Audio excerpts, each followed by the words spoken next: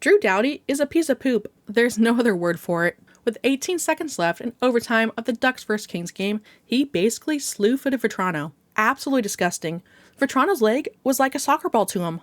Luckily, Frankie was okay, and yeah, I agree with what he said to Doughty after.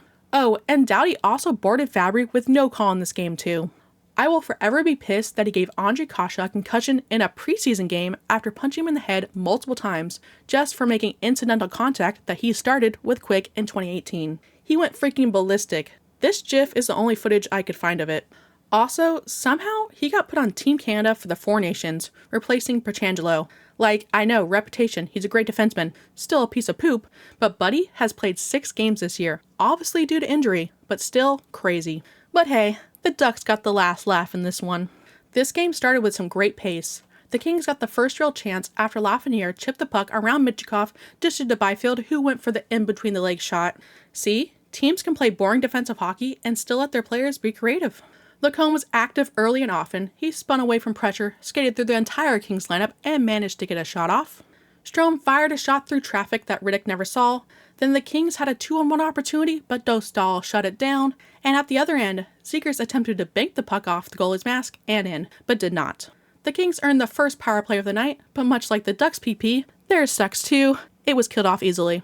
Trouba led the rush and found himself in the crease, but he couldn't elevate the puck on his backhand. The rest of the period had barely any whistles. There weren't many chances, just constant turnovers in the neutral zone. In fact, there wasn't even a whistle after a clear offsides by the Kings. Scoreless heading into the second. The Ducks got a power play early, and for the first time this season, rolling out 5 forwards with Zegras running the point. It looked better overall. I mean, it couldn't look much worse. The Ducks generated a few good chances. Zegras rang the post with a one-timer from the point. Terry had a great look in the slot, and McTavish might have scored if his stick didn't shatter on a one-timer. Oh look, Doughty being a dirtball again, boarding Fabbri with no call. Don't worry, he topped this later, which you already know. Dostal continued to stand on his head, making a big save on Moore. Zegras created a chance on the rush, and made sure to remind Doughty that he's a piece of poop afterward. Lacombe kept the puck in at the blue line and found a streaking Strome in the center, and Dostal squeezed a save through traffic, but still 0-0. With 30 seconds left, Zegras made a number of great defensive plays to regain possession and transition up the ice, even knocking guys over in the process. A true 200-foot player, now if only he was allowed to be creative offensively. The Kings did play that rare back-to-back at home we did earlier in the season, and the Ducks were coming off 3 days rest, but it seemed like the opposite in the third.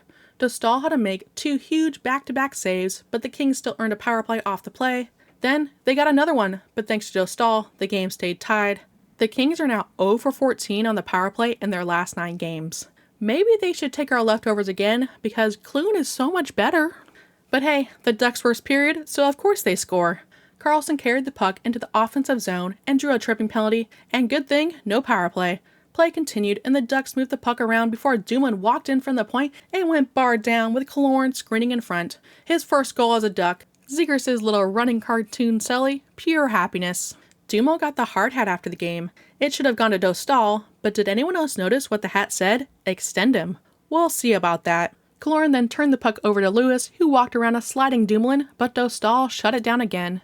Terry then forced a turnover himself and an even better chance, but Riddick came up big with an even bigger save. Zegras made another great defensive play at the blue line and found Carlsson with a no-look pass, who unfortunately never even looked at the net. Dostal made another save look easy and did everything he could for the shutout. But with the Ducks turtling, it felt like only a matter of time, and with a little over 2 minutes left, Kempe came in off the rush and slipped one through Dostal. To overtime we go, and woo, it was a wild one. Dostal made a glove save, then a stick leg save, then the rebound. Zegras and Gauthier had a 2-on-1, but no. Fiala tried a wraparound, and Dostal said nope.